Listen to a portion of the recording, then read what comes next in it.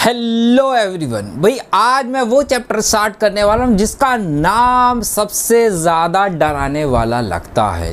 नाम है inverse trigonometric function. Inverse भी आ गया, ट्रिग्नोमेट्री भी आ गई और फंक्शन जिससे सबसे ज़्यादा डर लगता है भाई बच्चों को। तो ये चैप्टर का नाम जितना बड़ा है उतना ही ये चैप्टर आसान रहता है, लेकिन कंडीशन सिर्फ इतनी है कि आपको कॉन्सेप्ट पे पकड़ होनी चाहिए।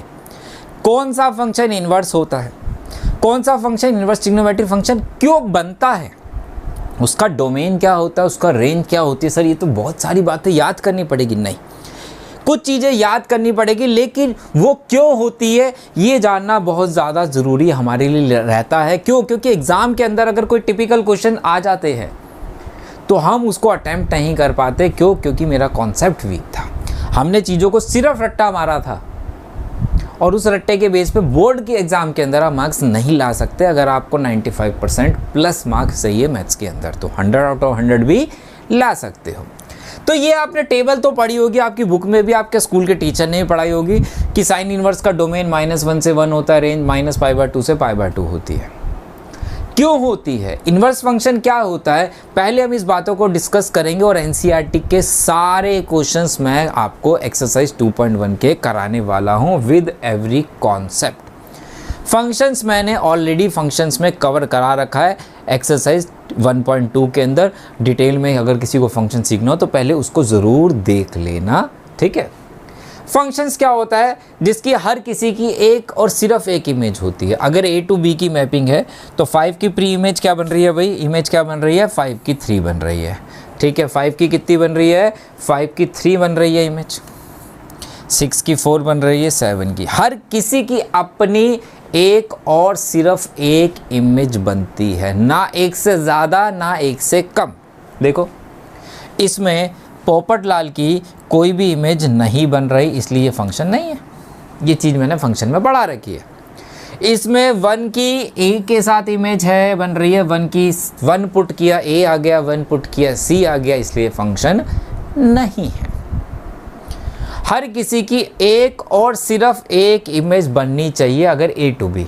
B में कुछ खाली रह सकता है, वो काम चल सकता है फंक्शन के लिए। लेकिन सर 1-1 फंक्शन कौन से होते हैं? 1-1 फंक्शन वो फंक्शन होते हैं, ये सब पढ़ाया हुआ है, जिसके अंदर यहाँ पे 1 पुट करने पे A था, 2 पे B था, 3 पे C। हर किसी की अपनी यूनिक इमेज है, सेपरेट सेपरेट। 1 पुट किया A आ गया, 2 पुट किया A आ गया, क्या ये 1-1 है? नहीं। क्यों? 1 पे भी A आ रहा है, 2 की मैपिंग भी A के साथ हो रही है, ये 1-1 नहीं है। 1-1 हर किसी की अपनी एक और सिर्फ एक यूनिक इमेज होनी चाहिए जो दूसरे के साथ नहीं बन रही हो भाई। जैसे भगवान जोड़ी बना के भेजते हैं, पहले तो एक होती थी, आजकल कई कई बनने लग गई, वो बात अलग है ना। तो ये कहलाता है 1-1। ऑन टू कौन सा होता है? ऑन टू का मतलब होता है कि यहाँ पे कोई भी फंक्शन खाली ना रहे, मतलब B की मैपिंग अगर प्री इमेज देखूँ तो यहाँ पे कुछ भी ना बचे। जैसे कि ये 1-1 तो था, लेकिन ये ऑन टू नहीं है क्योंकि 6 की कोई प्री इमेज नहीं है, ये ऑन टू नहीं है, ठीक है। अब क्या सर ये ऑन टू है? बिल्कुल है, ये ऑन टू है। देखो सब बराबर है, सबकी प्री इमेज बन रही है, 1-1 नहीं है लेकिन ऑन टू है। इनवर्स फंक्शन होने के लिए, इनवर्स फंक्शन के लिए 1-1 एंड ऑन टू दोनों फंक्शन होना ज़रूरी होता है। लेकिन सर इन्वर्स फंक्शन होता क्या है, अभी बात करते हैं। पहले ये तो पता लगे कि इन्वर्स फंक्शन के लिए क्या चीज़ रिक्वायरमेंट है, ठीक है। अब 1-1 ऑन टू दोनों होना चाहिए। क्या ये ऑन टू फंक्शन है? 1-1 तो है लेकिन ऑन टू नहीं है, ऑन टू नहीं है, इसलिए ये इन्वर्स फंक्शन नहीं हो सकता। इन्वर्स फंक्शन होता क्या है, इस बात को हम एग्जाम्पल के थ्रू समझेंगे यहाँ पे। अब एग्जाम्पल के थ्रू जब हम समझते हैं तो यहाँ पे ज़रा आप ध्यान से देखो क्या कह रहा है। कह रहा है A सेट के अंदर 1 2 3 है, B के अंदर 2 4 6 है, A to B की मैपिंग है। fx क्या कह रहा है, 2x है, x belongs to A set है, x की वैल्यू A से ली गई है। सेम एग्जाम्पल मैंने फंक्शन में भी यूज़ किया था, लेकिन अभी थोड़ा सा हम ज़्यादा चीज़ें इसमें पढ़ने वाले हैं इन्वर्स फंक्शन के लिए। ज़रा ध्यान से देखना, इसमें A टू B की मैपिंग है, 1 है, 2 है, 3 है, 2 है, 4 है, 6 है। A अगर मैं x 2 पुट कर रहा हूँ, 1 पुट कर रहा हूँ तो कितना आता, 2 आता। 2 पे 4 आ रहा है, 3 पे 6 आ रहा है। क्या ये 1-1 फंक्शन है? सर बिल्कुल है। हर किसी की अपनी एक इमेज, यूनिक इमेज बन रही है। अगर मैं इसे लिखता तो कैसे लिखा जाता? ये बनता भाई मेरे पास 1, 2, 2, 4, 3, 6। इसका डोमेन अगर पूछता तो 1, 2, 3। इसकी रेंज कितनी आ रही है? पीछे वाला एलिमेंट क्या है? वो है 2, 4, 6। बिल्कुल ठीक था। ये 1-1 भी है, ऑन टू भी है। हर किसी की अपनी एक प्री इमेज बन रही है। बस कोई भी फंक्शन 1-1 ऑन टू अगर दोनों होता है, वो ही फंक्शन इनवर्स फंक्शन हो सकता है। क्यों? जरा ध्यान से देखें। अभी x की वैल्यू हमने 1 डाली तो कितना आया? 2 आया। 2 पुट करी तो 4 आया। x पुट कर रहे हो, y निकाल रहे थे बदले में। अब मैंने क्या किया? ऑन टू के लिए हमने क्या सीखा था भाई? यहां पे मैंने y इक्वल टू 2x था। अब x की वैल्यू पुट कर रहा हूं, y की वैल्यू पुट कर रहा हूं, x निकाल रहा हूं। y पुट कर रहा हूं मतलब b की वैल्यू पुट कर रहा हूं, x के साथ मैपिंग करा रहा हूं। जरा ध्यान से देखना, कुछ अलग चीज़ नज़र आएगी और बहुत ही बढ़िया काम हमारा इससे कॉन्सेप्शनली समझ में आएगा। y2 पुट किया तो x कितना आ जाता? अगर मैं y को पुट करता तो x कितना आ रहा है? बताओ भाई मुझे। y2 पुट किया तो x1 आता, 4 पुट करने पे 2 आता, 6 पे 3 आता। अगर फंक्शन 1-1 और 2 दोनों है तो जो x की वैल्यू y के टर्म में निकाली है, यही फंक्शन इनवर्स फंक्शन हो जाता है, कहलाता है। सर कैसे और क्या है? ज़रा ध्यान से देखना। अगर मैं इसको लिखता तो 2, 1, 4, 2 और 6, 3 हो गया। अगर मैं इसका डोमेन लिखूं तो डोमेन कितना आ रहा है? ये बहुत काम की बात बता रहा हूँ, इस बात को नोट कर लेना बहुत डिटेल में। डोमेन मिल गया, रेंज मिल गई। सर क्या काम की बात है इसमें? अभी समझाता हूँ, पहले लिख लूँ 1, 2, 3। अब जरा ध्यान से देखो भाई, जो फंक्शन की डोमेन थी वो इनवर्स फंक्शन की रेंज बन के आ रही है क्या? देख लो, सेम है। जो इसकी रेंज थी वो इनवर्स फंक्शन की डोमेन बन रही है क्या? बिल्कुल बन रही है। इंटरचेंज हो गई। ओहो, मतलब अगर मेरे पास फंक्शन की डोमेन रेंज दे रखी है तो सर मैं इनवर्स फंक्शन की डोमेन रेंज अपने आप लिख सकता हूँ? बिल्कुल लिख सकते हो, बिल्कुल लिख सकते हो। कंडीशन कि ये 1-1 ऑन 2 होना चाहिए, ये 1-1 ऑन 2 होना चाहिए। अगर इसकी डोमेन और रेंज है तो इनवर्स फंक्शन की आपको डोमेन और रेंज निकालने के लिए अलग से कुछ नहीं करना, उसको आप इंटरचेंज कर दो, आपको मिल सकती है। ठीक है, लेकिन सर इनवर्स फंक्शन की तो बात हो गई। अब ट्रिग्नोमेट्री फंक्शन तो मैंने सुना है 1-1 फंक्शन नहीं होता, वो तो मैनी 1 होता है। बिल्कुल सही बात सुना है। और जब अगर मैनी 1 होता है तो वो इनवर्स ट्रिग्नोमेट्री फंक्शन कैसे होता है? इनवर्स फंक्शन कैसे हो सकता है? हो सकता है। क्यों? क्योंकि जब बच्चा बिगड़ जाता है तो मम्मी पापा शिकायत करती है ना, और पापा क्या कहते हैं? अगर तू आज घर से बाहर निकला तो टांगे तोड़ दूंगा तेरी, बोलते हैं ना। अगर तूने फ़ोन को हाथ लगाया तो तू देख लियो क्या करूँगा मैं तेरा हाल। क्यों? उससे बच्चा क्या होता है? उस पर पाबंदी लगा दी, रिस्ट्रिक्शन लगा देते हैं ना कभी कभी गुस्से में पापा। फिर प्यार भी करते हैं, वो बात अलग है। हाँ, बाप का प्यार दिखता नहीं है, वो दिखाते नहीं है, वो किसी और तरीके से दिखाते हैं। है ना।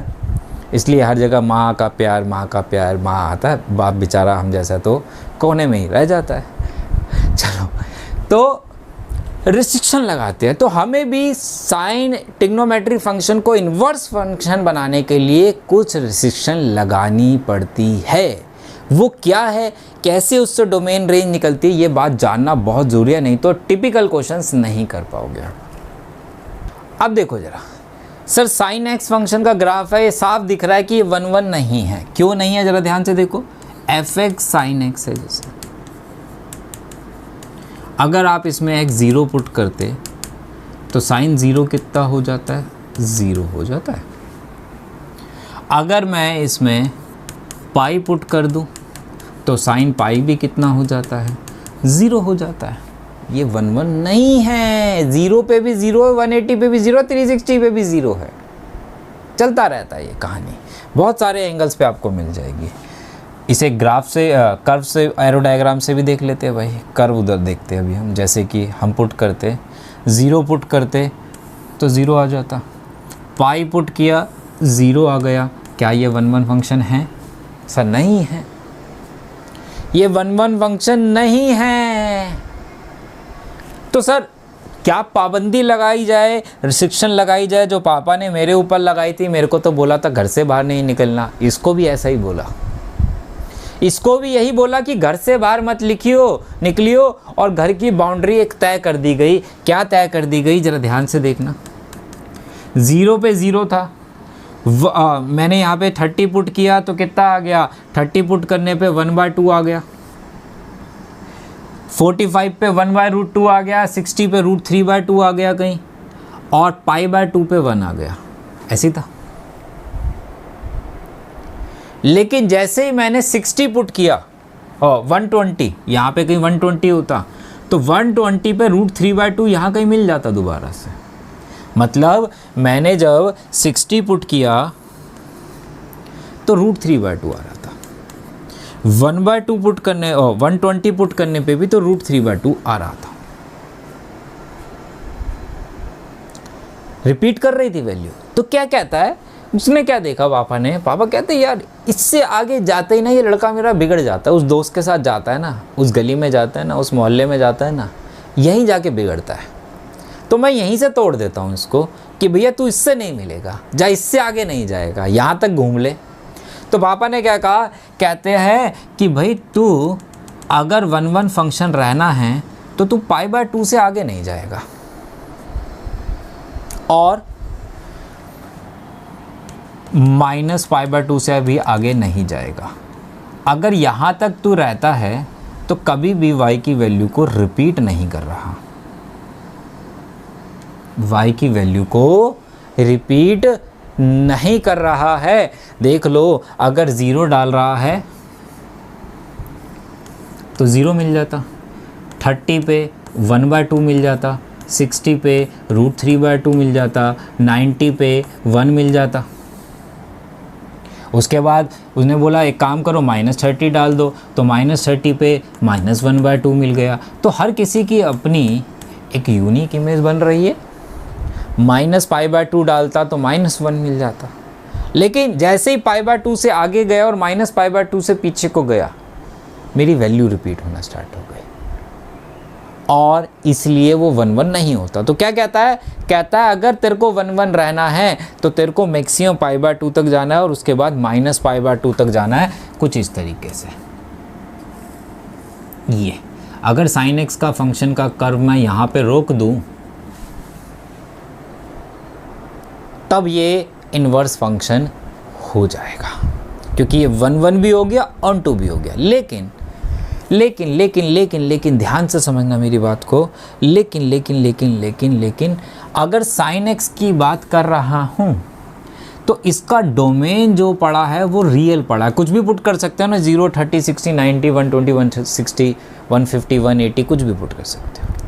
लेकिन इसकी जो रेंज आती है, y जो आता है वो ऑलवेज मिनिमम -1 आता है, मैक्सिमम 1 आता है, जब उसके बिटवीन आता है। इसको डार्क कर देता हूँ, शायद नहीं दिख रहा होगा आपको। -1 से 1 तक आता है ना। अब अगर बात करी जाए इन्वर्स फंक्शन की, ये डोमेन हो गया फंक्शन का, ये रेंज हो गई, तो इसका मतलब इन्वर्स साइन इन्वर्स फंक्शन की रेंज डोमेन जो होना चाहिए इन्वर्स फंक्शन का डोमेन, तो सर -1 से 1 होना चाहिए। इसकी जो रेंज है वो उसकी डोमेन हो जाएगी, बिल्कुल हो जाएगी। पीछे देखोगे, कहाँ गया भाई, देखो, अच्छा भाई देख लो, यही है जो साइन इन्वर्स की रेंज थी वो इसकी डोमेन हो गई। लेकिन जो उसकी डोमेन थी वो इसकी रेंज होनी चाहिए, तो उसकी डोमेन तो पड़ी थी रियल, आर पड़ी थी, कुछ भी डाल लो सर रियल में। लेकिन सर रेंज तो यहाँ -π/2 से π/2 दिखा रहा है। आप तो गलत पढ़ा दिए। गलत नहीं पढ़ाया, मैंने बताया साइन एक्स फंक्शन 1 नहीं था। लेकिन ये 1 कब बना, जब अगर 1 बनाना है तो उसको कहाँ तक रिस्ट्रिक्ट किया आपने, 1 बनाने के लिए -π/2 से π/2 तक रिस्ट्रिक्ट किया था। अगर 1 बनाना है तो ये रहेगी भाई उसकी डोमेन, आर नहीं रहेगी, आर साइन एक्स की है। लेकिन अगर इन्वर्स बनाना है तो यहाँ रिस्ट्रिक्ट किया था, और जब ये रिस्ट्रिक्शन लगाई तो जो उसका क्या हो गई, उसकी ये रेंज हो गई। देख लो, -π/2 से π/2 दी है, ये कारण है इसका। ऐसे ही कॉस इन्वर्स का कॉस का इन्वर्स जो डोमेन होता है वो रियल होता है। कॉस इन्वर्स का डोमेन रियल था और रेंज जो है -1 से 1 थी। यहाँ देखो, जो उसकी रेंज थी वो ये आ गई। लेकिन सर इसका डोमेन तो रियल था, यहाँ जो रेंज लिखी है 0 से π लिखी है, ये क्यों हुई? सेम वही बात। कॉस भी 1 फंक्शन नहीं होता है, और 1 फंक्शन के लिए उसने रिस्ट्रिक्शन लगाई कि कहता है अगर 0 से स्टार्ट करूं और यहाँ तक आऊं तो कहीं भी y की वैल्यू रिपीट नहीं हो रही, y की हर x पे चेंज हो रही है, वैल्यू यूनिक है। लेकिन जैसे इससे आगे जा रहा हूं देखो, तो y की वैल्यू रिपीट करना स्टार्ट कर गई। यहाँ से पीछे आ रहा हूँ तो फिर y की वैल्यू स्टार्ट कर गई रिपीट करना।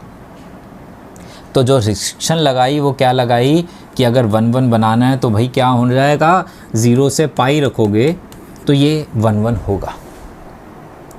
तो इसका मतलब जो उसकी रेंज आई वो कितनी आ गई, 0 से π, इसलिए इसकी रेंज आ रही है। तो ये सारी टेबल इसी तरीके से बनी गई है। तो आपको सारे नहीं चाहिए, आपको ये पता लग गया कि इन्वर्स फंक्शन साइन इन्वर्स नहीं होता था साइन एक्स, क्योंकि 1 नहीं होता था, ये पढ़ा था।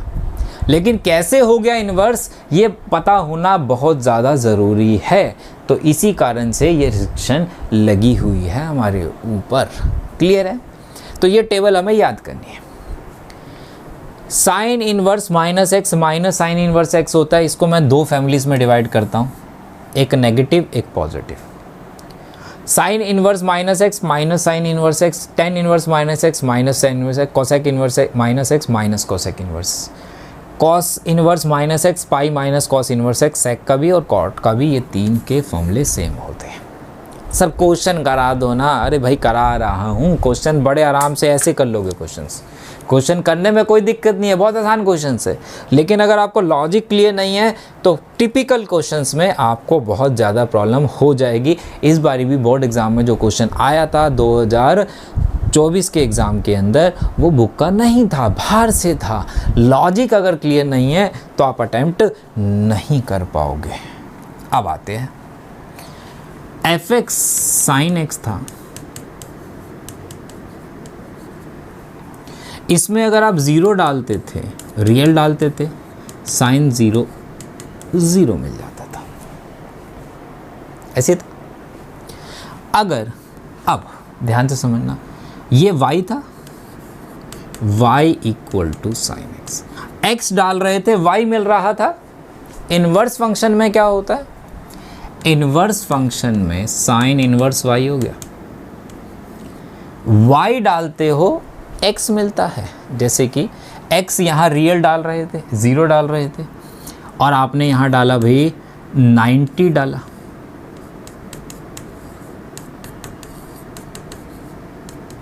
तो क्या मिल रहा था, 1 मिल रहा था। y1 आया है, y1 आया है। अगर मैं y1 डाल दूं तो मुझे x मिलना चाहिए। तो साइन इनवर्स 1 साइन के टेबल में कहाँ आता है, 1 आता है साइन π/2 पे, लिख सकता हूँ। तो x इक्वल टू ये π/2 हो जाएगा। साइन इनवर्स साइन π/2 मतलब π/2। π/2 यही था, y डाला x मिल गया, लेकिन ये जो है ये π/2, ये π/2 रेंज में लाइक करना चाहिए इनवर्स फंक्शन के। वो कितनी थी, वो थी -π/2 से π/2 के बिटवीन। जहाँ यहाँ तक होगा तभी ये कट पाएगा। बचपन में आपने क्वेश्चन पढ़े थे, ऐसे कुछ पढ़े थे होंगे 10th क्लास में भी, sine x equal to sine 30। और बचपन में कहते थे साइन से साइन गायब हो गया, x की जगह 30 लिख लो, बोलते थे ना। एक्चुअल में वो क्या होता था, ये इन्वर्स था। ये कैसे था, x equal to sine inverse sine 30 है, जिसकी जगह 30 आता था। लेकिन 10th 11th में हमने इन्वर्स फंक्शन पढ़ा नहीं था, इसलिए वो बात डिस्कस नहीं करी जाती थी। दूसरी बात, जब भी इन्वर्स फंक्शन की बात होगी वो मुझे क्या देता है, वो मुझे एंगल देता है। तो इनवर्स ट्रिग्नोमेट्री फंक्शन अगर है तो वो क्या है, वो एक एंगल दे रहा है मुझको। क्या दे रहा है, एक एंगल दे रहा है। कितना दिया, π/2 दिया ना। 1 डाला, -1 से 1 तक कुछ भी पुट हो सकता है, यही पढ़ा था आपने। तो मेरे पास रेंज कितनी आ गई इसकी, π/2 आ गई। एक और एग्जांपल देखते हैं।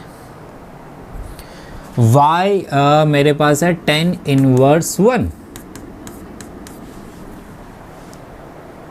1 tan के टेबल में कहाँ आता सर, π/4 पे आता, सीधा π/4 लिख सकते हो। अभी के लिए tan इनवर्स 10 π/4 लिख सकता हूँ, बिल्कुल लिख सकते हो। इसकी रेंज -π/2 से π/2 तक होती है, उसके बिटवीन। तो π/4 उसमें आएगा, तो मेरा आंसर कितना हो गया, π/4 आ गया। मेरे को क्या मिला है, मुझे एंगल मिला है। ये है रीज़न। ये पूरा अभी तक हमने सिर्फ और सिर्फ कॉन्सेप्ट पे बात करी है। अब हम क्वेश्चन लगाना स्टार्ट करते हैं। साइन इनवर्स -1/2 है। साइन इनवर्स -1/2 क्या फॉर्मूला पड़ा, माइनस साइन इनवर्स x। 1/2 कहाँ आता है, 30 पे, तो π/6 लिख दूँ, -π/6 मेरा आंसर हो चुका है। कोई दिक्कत नहीं है अगर आप डायरेक्ट लिख रहे हो, लेकिन हम स्टार्टिंग कर रहे हैं तो मैं इसे π/6 लिख सकता हूँ। और ये π/6 -π/2 से π/2 के बीच में लाई करती है, हाँ करती है सर। तो मेरा आंसर डायरेक्ट π/6 हो गया। क्लियर है, आगे देखते हैं। कॉस इनवर्स √3/2, √3/2 ये भी 30 पे आता है, तो π/6 मेरा आंसर है। कॉस इनवर्स कॉस π/6 लिख दूं तो मेरा आंसर कॉस की रेंज कितनी पड़ी, 0 से π। उसमें π/6 है, बिलोंग करता है, हाँ करता है। तो मेरा आंसर π/6। एंगल आ रहा है ना भाई, बिल्कुल आ रहा है। कोसेक इनवर्स 2 कहाँ आता है भाई, कोसेक के टेबल में 30 पे आता है। ये भी 30 पे आता है। तो कितना लिख दूँ, कोसेक मेरे पास हो गया π/6। तो इसका आंसर भी π/6 हो गया। रेंज देखते रहना, क्या रेंज में सही लाई कर रहा है कि नहीं कर रहा है। tan इनवर्स -√3 क्या फॉर्मूला पड़ा, -tan इनवर्स। मैंने कहा ना क्वेश्चन बड़ी जल्दी हो जाएंगे, क्वेश्चन करने में कोई दिक्कत नहीं आएगी, चीज़ें समझने में टाइम लगता है। tan के इनवर्स है, आप देखो √3 कहाँ आता है भाई, 60 पे आता है, तो π/3 डायरेक्ट भी लिख सकते हो। अब आप -π/3 आप डायरेक्ट भी लिख सकते हो। नहीं सर मुझे तो पूरा लिखना, कोई दिक्कत नहीं। 10 60, तो -π/3 हो गया। आगे देखिए, कॉस इनवर्स -x फॉर्मूला लिखवाया, क्या पढ़ा था? अगर कॉस सेक और कॉट थीटा नेगेटिव में हो तो आप इसको pi minus cos inverse x लिखेंगे। कॉस इनवर्स 1/2 कहाँ आता है? कॉस के टेबल में 60 पे आता है, तो मैं अब इसको डायरेक्ट लिखना स्टार्ट कर दूं। 60 है तो π/3 लिख दूं और एलसीएम ले लूं तो 2π/3 मेरा आंसर आ गया क्या? बिल्कुल आ गया। चले आगे, tan इनवर्स -x, इसका आंसर आप होमवर्क में मुझे देंगे। -tan इनवर्स x होता है, आंसर आप इसका होमवर्क में देंगे मुझे।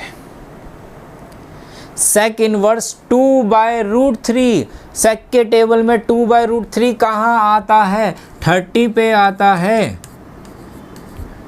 तो π/6 हो गया, तो आंसर कितना हो गया? π/6। रेंज जरूर चेक कर लेना, क्या ये उस रेंज में जो सेक इनवर्स की रेंज होती है उसके बीच में आ रहा है कि नहीं है। अभी तक के तो सारे हैं, ठीक है। तो मेरे पास 30 आ गया। कॉट इनवर्स √3 कहाँ आता है? ये भी 30 पे आता है, तो ये भी π/6 आंसर हो गया। आसान है, क्वेश्चंस में टाइम नहीं लगने। कॉस इनवर्स -x आ गया, कॉस इनवर्स -x मतलब pi minus cos inverse x हो गया। और 1/√2 कहाँ आता है? 45 π/4 पे आता है, तो -π/4 = 3π/4 हो गया। चलते हैं आगे, कोई डाउट हो तो कमेंट बॉक्स में पूछ सकते हो आप मेरे से। कॉसेक इनवर्स -√2, फॉर्मूला कहता है कि भाई नेगेटिव आगे लगा दो, और √2 कहाँ आता है? π/4 पे आता है कॉसेक में, तो -π/4 मेरा आंसर है। रेंज में लाइक करता है कि नहीं करता, ध्यान दे लेना एक बात को कि π/4 लाइक करेगा कि नहीं करेगा। आ जाओ, थोड़ा सा बड़ा क्वेश्चन यहाँ पे किया है इन्होंने।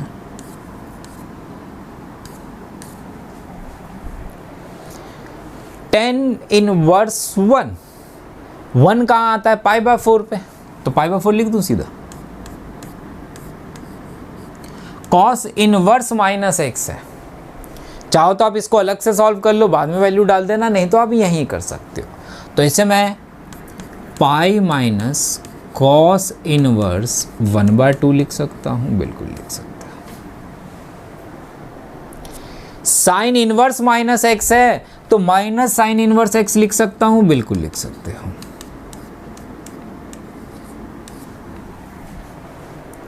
कैलकुलेशन इन दोनों की तो कर ही लेते हैं, ये हो गया 5π/4। 1/2 का आ गया, 60 पे आ गया, तो π/3 हो गया। 1/2 30 पे आ गया, तो π/6 हो गया। इन तीनों का एलसीएम ले ले तो 12 आ गया।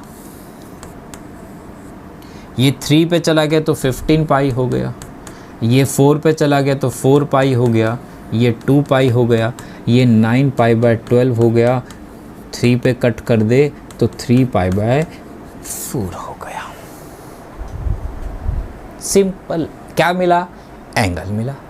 इन्वर्स ट्रिग्नोमेट्री है तो रिजल्ट में मुझे एंगल ही मिलने वाला है, क्योंकि वो डिनोट ही उसी को कर रहा है। कॉस इनवर्स 1/2 कॉस के टेबल में सर 60 पे आता है, तो π/3 लिख दूं। 2 तो पहले एज इट इज लिख दो। साइन इनवर्स 1/2, साइन में 1/2 30 पे आता है, तो π/6 लिख दो। तो आंसर 2π/3 हो गया क्वेश्चन नंबर 12 का। Sine inverse x equal to अगर y के है, देन y कितना होगा, कितना होगा भाई, -π/2 से π/2 तक ही तो होगा। यही तो पढ़ा है भाई हमने उसकी रेंज कि भाई साइन इनवर्स x है तो वो मुझे कहा एंगल की बात हो रही है ना, एंगल क्या क्या मिल सकता है, -π/2 से π/2 तक मिल सकता है। तो ये हमारा करेक्ट आंसर हो गया। tan इनवर्स √3 माइनस sec -2 है, cos sec cot negative angle हो तो फॉर्मूला अप्लाई होता है। ये कितना हो गया, 60 हो गया π/3, माइनस है bracket pi minus sec inverse 2, formula लगाना पड़ेगा, सेक इनवर्स -x है, π/3 माइनस पाई सेक इनवर्स 2 60 पे आता है, 60 पे आता है तो -π/3 लिख दूँ और ब्रैकेट खोलते तो π/3 से π/3 ये तो ऐड हो गया तो π/3 -3 में से 1 गया तो 2π/3, तो -π/3 मेरा आंसर आ रहा है। B is A correct option हो गया। तो ये चीज़ें करना इस एक्सरसाइज का बहुत आसान है। अभी हम बहुत सारे एक्स्ट्रा क्वेश्चंस भी आने वाले टाइम पे मैं कराऊंगा इसी चैनल पे, सारी एक्सरसाइज भी कराऊंगा, तो जिससे आपको पता लगेगा कि ये बहुत छोटे क्वेश्चंस हैं। एक्चुअल में बोर्ड में बहुत बड़े बड़े क्वेश्चंस आते हैं और जो बुक में नहीं है एक्चुअल में, जो ऑलरेडी अगर आप वन शॉट्स वगैरह में देखो तो करा रखे हैं मैंने ऑलरेडी, ठीक है। तो ये पूरी एक्सरसाइज भाई हो चुकी है। कॉन्सेप्ट को पहले एक बार अच्छे से देखना, कुछ डाउट हो तो आप मेरे से कमेंट में पूछ सकते हो, ठीक है, तो मैं उसका जवाब आपको दे दूंगा। टेलीग्राम सारे ज्वाइन कर लेना, लिंक डिस्क्रिप्शन पे मिल जाएगा, ताकि आपको जितने भी assignment DPP previous year questions आने वाले टाइम में हो वो आपको अवेलेबल होते जाए फ्री ऑफ कॉस्ट। चलिए मिलते हैं बेटा नेक्स्ट वीडियो में, बाय बाय, टेक केयर।